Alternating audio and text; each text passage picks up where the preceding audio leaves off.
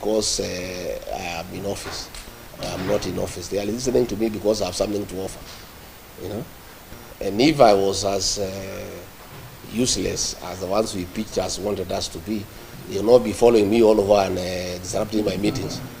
If you look at newspapers and the social media, all the government people, they just talk about me every day, much more than they were even talking when I was in office, which means I have something to offer, and I have some significant contribution to make to the politics of this country. So we'll continue engaging. Yeah.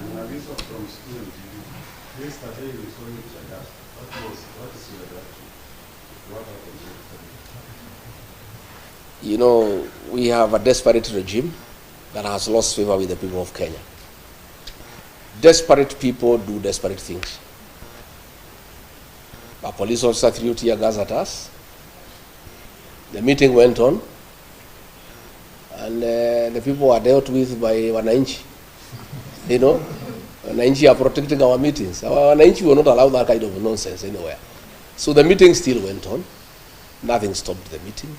These are just desperate people. They have nothing to offer the people of Kenya.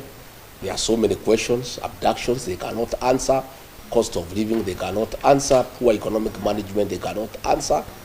They are left to desperate acts of trying to stop our meetings. In fact, those acts of trying to stop our meetings make the people more agitated by the government, and they become very rebellious. So to us, it's neither here nor there. It's just an act of desperation by a regime that has lost credibility, that has lost legitimacy, that has lost the goodwill of the people of Kenya. And when people are desperate, they are allowed to do desperate things. Excellency, there are those who say that the attacks are planned by the people so that we can put sympathy. Do you want to believe that kind of thing? Do you want to believe anything this government is saying? They say there are no abductions. President said more than 5 times there are no abductions. He seems to have changed his mind and said he is going to stop the abduction. So if he is going to stop the abductions, who was doing them? Do you believe anything these people say? These people will say anything. They are not believable anymore. People are tired of lies, you know, and everything is there. It's on video. People can see what was happening. A fellow was arrested last night. The Inspector General of Police ordered that he be released unconditionally because they were behind it, and he's a police officer. But those are desperate acts. They change nothing. They just pick the people more a burden. Just on that, you have been claiming that he's after your life. Who else do you think will be after my life? The answer is you all know the answer. I did not add anything more. On matters of action, you had said that Yes. Yes. I said they need to dismantle that unit. I didn't want to name the building because there are people there doing businesses, and you'll be putting that building and the people in that building into danger. I'm giving the government time to dismantle that unit on the 21st floor of that particular building. I said the officer is called Abel. He is a cousin to somebody very senior in this administration. The cousin now knows that we know him. So I have a feeling, I'm not sure, that the decision by the president to admit that the abductions and he'll stop them are quite informed by what I said, because we are getting nearer to the truth. So, but since the president spoke now, it's almost 64 hours. The people have not been released. We would like these young people to spend the new year with their families. So, Mr. President, you said utakomesha, lakini hawa watoto bado hufika nyumbani. Order their release from wherever they are. Waende nyumbani, wakae na wazazi wao, washerekee mwaka mpya. You know, their parents are in anguish, they are in agony. Kusema utakomesha is not enough. You need to actually do it by having those young people released. And as I said, it doesn't matter how many people you abduct, it doesn't matter how many meetings you disrupt, unless the president deal with the issues that have made the people of Kenya very angry, he's wasting his time. Even if you abduct the whole country, as long as those issues are outstanding, and they have everything to do with poor economic management, theft of public funds, corruption, state capture, and lack of respect for the people of Kenya. Hii kutukana watu wa Kenya, kusema wako na mapepo, calling them stupid, those are the issues that you have to deal with. Even if you abduct young people, it will not solve any problem. It will not.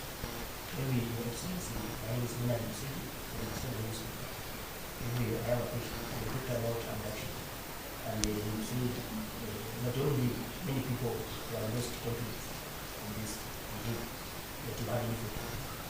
And I think it's here now that no one believes this guy. Today the president said, tell the parents, I'm going to stop abductions, but take responsibility for your children. Do you believe it's going to stop? Well, the president is speaking from both sides of the mouth. He needs to just address abductions. That is what is a work of government. How people bring up their children, I think the president leave parents to take care of their children the way they know. We don't want too much government into people's lives. The president even wants to tell parents how to bring up their children. I mean, surely, it's lack of respect for the people of Kenya. Nikosea watu heshima. Unataka kuniambia vile mimi nitalea mtoto yangu? Rais tumekuchagua utengeneze uchumi, sio kutuambia vile tutalea watoto. These children have no problem. They are just pointing out the ills in society. And let me ask the young people, let me take this opportunity when I'm here in Kakamega County to tell our children, the Gen Zs, the millennials, what you are doing is very good on social media. But it's not enough. These young people, because they have shown patriotism and commitment to liberate our country through the power of the online space, I want to plead with them to go a step further, to take IDs and register as voters. This young generation will sort out the political problems of this country once and for all in 2027. I want to appeal to them wherever they are, that they are doing a good job. But to complete what they are doing and to make it meaningful, we need regime change. And that will come through the ballot. Much as they are doing a very good job on social media, on the X space, much as they are doing very good on TikTok, that is only a certain percentage. But the real job to liberate this country and bring good governance will take place in August 2027. And the young people, who are the majority, have a huge responsibility to sort out this country for us and for themselves, because they are the future of this country. They must register as voters, they must take IDs, and they must leave their homes by 3 a.m. on election day and queue and sort out this country once and for all. That is my New Year message to our young people. That is my plea to them, that we are very happy with what they are doing. They are very courageous, they are very patriotic, but that is not enough. They must go a step further. They must register as voters, and they must come out and join the rest of Kenyans to put a good government into office in 2027.